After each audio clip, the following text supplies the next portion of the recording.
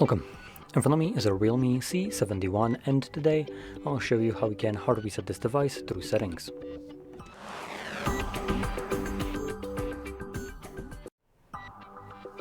So to get started, you want to open up your settings application, and from there you will want to scroll all the way down to System and then select Reset Phone. And from here you want to select Clear All Data Permanently. This will present you with a list of data that will be removed by this process, which importantly includes things like music, photos, and all user data. Now, if you have anything that you would like to maintain, make a backup copy of it to, for instance, something like your computer. Now, assuming you have already done so, or you just simply don't want to, you can select Clear All Data, Erase All Data, and this should now begin, here we go, factory resetting your device. Now, this process will probably take 2-3 minutes on this phone, give or take a minute to finish up, and once it's completed, we will be presented with Android setup screen. So I'll be back once that is visible for me.